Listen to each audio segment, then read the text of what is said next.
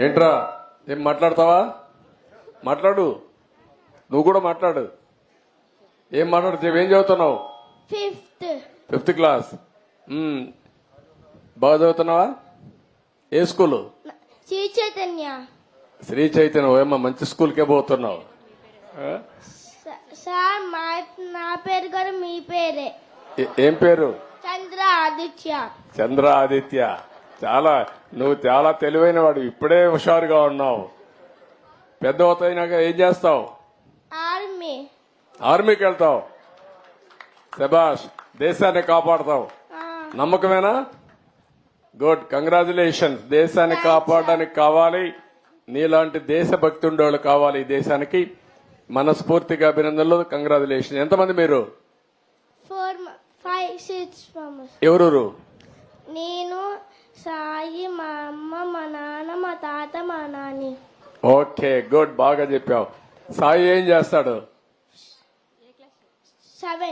7th class. నీకంటే పెద్దోడు. వాడు బాగా చదువుతాడు, నువ్వు బాగా చదువుతావా?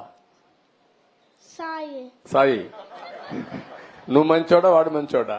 నేను. అక్కడ స్వార్థం వచ్చిందా నీలో?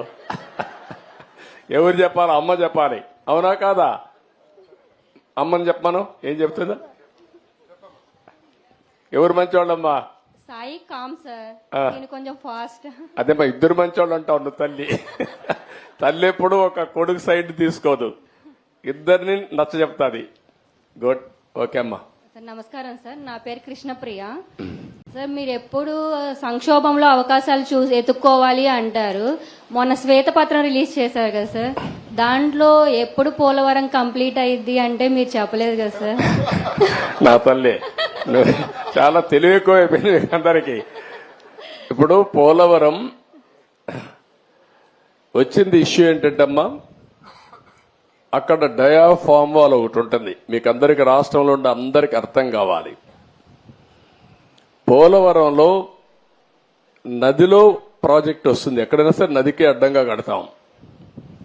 పోలవరం నదినే తిప్పి ప్రాజెక్ట్ కడుతున్నాం.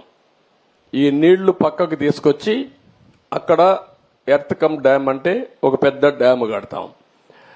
పోలవరంలో ఏంటంటే కిందన పొరలన్నీ ఇసుక పొరలు ఉన్నాయి, నీళ్లన్నీ వెళ్ళిపోతాయి. అవి అరెస్ట్ చేయాలి. అది అరెస్ట్ చేయాలంటే ఒక స్పెషల్ టెక్నాలజీతో 95 మీటర్ల వరకు ఒక కట్టడం కట్టాలి. ఒక స్పెషల్ టెక్నాలజీతో ఒక పెద్ద కట్టడం కడతాం. దానికి జర్మనీ కంపెనీ వచ్చి మొత్తం వేశారు. దాన్ని డయాఫామ్ వాల్ అంటారు. అది నేనేం చేశానంటే, పోలవరంలో 6 నెలలే పనులు అవుతాయి. జూలై నుంచి వర్షాలు వస్తాయి, డిసెంబర్ వరకు వరదలుంటాయి. డిసెంబర్లో ప్రారంభిస్తే మళ్ళీ మేకంతా పూర్తి చేయాలి. జూన్లో మళ్ళా వర్షాలు పడే పరిస్థితి వస్తుంది. 6 నెలలే వర్కింగ్ సీజన్. నేను కష్టపడి 2 సీజన్లో ఆ డయాఫామ్ వాల్ పూర్తి చేశాను, చాలా ఇబ్బందులు పడి. తర్వాత స్పిల్వే కట్టాం, అవన్నీ పూర్తయినాయి. ఈ పని చేయాలంటే, ఎర్త్ కమ్ డ్యామ్ కట్టాలంటే పక్కన 2 వాల్స్ కట్టాలి. అవి కాఫర్ డ్యాములు అంటారు. దానికి కూడా నీళ్లని రాకుండా కొంతవరకు డ్రౌటింగ్ చేయాలి. డ్రౌటింగ్ కూడా చేసి అక్కడి నుంచి కట్టుకొని రావాలి. కరెక్ట్ గా నేను అధికారంలో ఓడిపోయింది మేలో ఓడిపోయాం. మే, జూన్ వరకు గాని పనిచేసి ఉంటే, డయాఫామ్ వాల్స్ అని పూర్తి చేసేసి ఉంటే నీళ్లు అక్కడికి వచ్చేటి కాదు. ఒక చిన్న గ్యాప్ ఉంటే కాంట్రాక్టర్ మార్చారు, ఆఫీసర్లు మార్చారు. వర్షాలు వచ్చాయి, 2 ఏళ్లు పట్టించుకోవాలా. నీళ్లన్నీ వచ్చి డయాఫామ్ వాల్ కింద నుండేదంతా సుడులు తిరిగి, ఎందుకంటే అవి పెద్ద ఎత్తున 20 లక్షలు 30 లక్షల క్యూసిక్స్ ఆఫ్ వాటర్ వస్తుంది. దేశంలోనే ఎక్కువ నీళ్లు ప్రవహించే నది గోదావరి. ఇప్పుడు ఆ నీళ్లన్నీ వచ్చి సుడులు కొట్టేసింది. కిందన మట్టి అంతా, ఇసుకంతా తీసేసి కొట్టుకొని వెళ్ళిపోయింది. ఆ సుడులతో కాఫర్ డ్యామ్ దెబ్బతినింది, డయాఫామ్ వాల్ దెబ్బతినింది. ఇప్పుడు నువ్వు అన్నట్టు సిడబ్ల్యూసి మన దేశంలో సెంట్రల్ వాటర్ కమిషన్ అనేది అతిపెద్ద టెక్నికల్ అడ్వైజరీ కమిటీ. వాళ్ళు చెప్పింది ఫైనల్. ఇప్పుడు వాళ్ళు కూడా చేతులు తీశారు, దీన్ని ఏం చేయాలన్నా మాకే అర్థం కావడం లేదని. అక్కడ డయాఫామ్ వాల్ కట్టింది నేను 446 కోట్లతో డయాఫామ్ వాల్ 2 సీజన్లు పూర్తి చేశాను.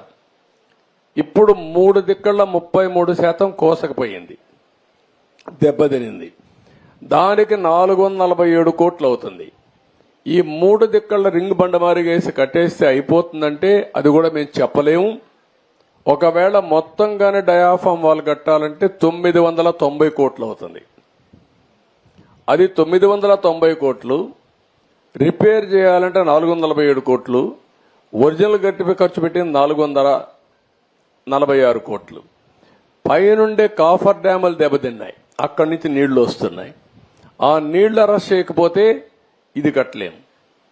ఇవన్నీ చేయాలంటే ఏం చేయాలనో నేను ఇంజనీర్ని కాదు, నాకు తెలియదు.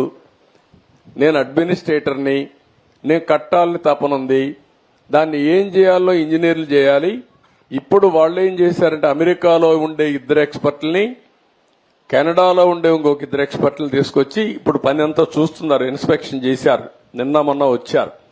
వాళ్ళు మొత్తం స్టడీ చేస్తున్నారు. ఏమి ఇవ్వాలనో వాళ్ళు ఇచ్చిన ఆలోచనలు ఇచ్చిన తర్వాత పూర్తి చేసే కార్యక్రమానికి శ్రీకారం చుట్టాలి. ఇప్పుడు దీంతో ఏమైంది, ఆయన నేను రివర్స్ టెండర్ అన్నాడు. 500 కోట్లు 600 కోట్లు ఆదా చేస్తా అన్నాడు. ఇప్పటికి నష్టం ఎంత తెలుసా తల్లి, 70,000 కోట్లు. ఇప్పటికి అది 1,00,000 కోట్లు పెరుగుతుంది. ఒక దుర్మార్గమైన ఆలోచనతో పోలవరాన్ని గోదావరిలో ముంచాడు. మళ్ళా అడ్డదుడ్డంగా ఆర్గ్యూ చేసే పరిస్థితికి వస్తున్నారు. ఆ రోజు పెద్దలందరూ వారించారు. గవర్నమెంట్ ఆఫ్ ఇండియా ప్రాజెక్ట్ అది, పీపీఏ అని ఉంటుంది, అంటే పోలవరం ప్రాజెక్ట్ అథారిటీ. వాళ్ళు మీటింగ్ పెట్టుకొని ముఖ్యమంత్రికి చెప్పారు, నువ్వు తొందరపడుతున్నావు, తొందరపడద్దు, గతంలో కూడా మార్పు జరిగింది, మీరు వెయిట్ చేయండి అని. గవర్నమెంట్ ఆఫ్ ఇండియా నుంచి సెక్రటరీ చైర్మన్ దానికి ఆయన ఒక లెటర్ రాశాడు, తొందరపడద్దండి, 2 రోజులు వెయిట్ చేయండి, మేము రిక్వెస్ట్ చేస్తున్నాం మిమ్మల్ని. తొందరపడి మీరు నిర్ణయం తీసుకుంటే రేపు పాత కాంట్రాక్టర్ కొత్త కాంట్రాక్టర్ ఇద్దరి మధ్యలో ప్రాజెక్టు మునిగిపోతే ఎవరిని అడగా తెలియదు, ఎవరికి జవాబుదారితనం తెలియదని చెప్పినా వినకుండా ఇష్టానుసారంగా చేసే పరిస్థితికి వచ్చాడు. ఇది టెక్నికల్ సబ్జెక్ట్ అయినా ప్రజలు అర్థం చేసుకోవాల్సిన అవసరం ఉంది. అధికారులు ఇంకా టైం పడుతుంది అనుకుంటా సార్ సెట్ అయ్యేదానికి. లేదు, సెట్ అయ్యారు. ఇంకా పరదాలు కడుతున్నారు సార్. పరదాలు ఎక్కడ, వాళ్ళు బతిమలాడి అన్ని తీపిస్తారు కాదు. పరదాలు కడితే ఇంకొకసారి ఎక్కడన్నా చూస్తే కట్టిన వాళ్ళని సస్పెండ్ చేయడం తప్ప వేరే మార్గం ఉండదు. కాబట్టి ఇంక నేను ఎన్నుదలుచుకోలేదు. ఎవరైనా సరే సింపుల్ గా పాత రోజులు మర్చిపోయి కొత్త రోజులు జ్ఞాపకం చేసుకుని ముందుకు పోవాల్సిందిగా అందరినీ కోరుతున్నా. ఎక్కడా జరగకూడదు. ఎవరైనా కంప్లైంట్ చేస్తే మాత్రం పనిష్మెంట్ తప్పదు. మీకు బీ క్లియర్. అంటే 5 సంవత్సరాలు అలవాటు కదా సార్, కొంచెం టైం పడుతుంది సార్. మీకు కూడా అందరికి అలవాటు కావాలి, వాళ్ళకే కాదు. కొత్త శకానికి కొత్త కల్చర్ కి అందరూ అలవాటు కావాల్సిందే. ఇంకా టైం ఉండదు. ఏది కూడా రివర్స్ గేర్ నుంచి రివర్స్ పోయే బండిని పాజిటివ్ గా నడిపిస్తున్నాం. ఇంకా స్పీడ్ పెంచడం తప్ప ఎనిక్కిపోయే సమస్య ఎవరికి ఉండకూడదు, ఆలోచన రాకూడదు. లేకపోతే ఒక షార్ట్ ట్రీట్మెంట్ ఇస్తే అందరూ సెట్ అయిపోతారు, ఇన్క్లూడింగ్ ఎవరైనా సరే. నేను సిద్ధంగా ఉన్న షార్ట్ ట్రీట్మెంట్ ఇవ్వడానికి. పాపం ఇంకా కొంచెం ఇది ఉంది కాబట్టి స్లోగా పోతున్నా. ఇప్పుడు స్పీడ్ పెంచాలి ఇంకా, అంతే. నేను అందుకే చెప్పా 95 ముఖ్యమంత్రిని చూస్తారని. 4.0 95 అది గుర్తుపెట్టుకోవాలి. 95లో ఒకసారి మీరు చరిత్ర గుర్తుపెట్టుకోవాలి. అప్పుడు నువ్వు కూడా కుర్రాడివి, నీకు కూడా ఐడియా లేదు. అప్పుడు నా చరిత్ర గుర్తుపెట్టుకుంటే హైదరాబాద్ లో బయలుదేరుతున్నానంటే రాష్ట్రం మొత్తం రెడ్ అలర్ట్ ఉండేది. అంత భయంకరంగా చేయను కానీ తప్పు చేస్తే మాత్రం ఎవరిని వదిలిపెట్టను. ఉంటే మా మైండ్ అంతా మార్చుకోవాలి. అందుకే 95 అన్నా నేను.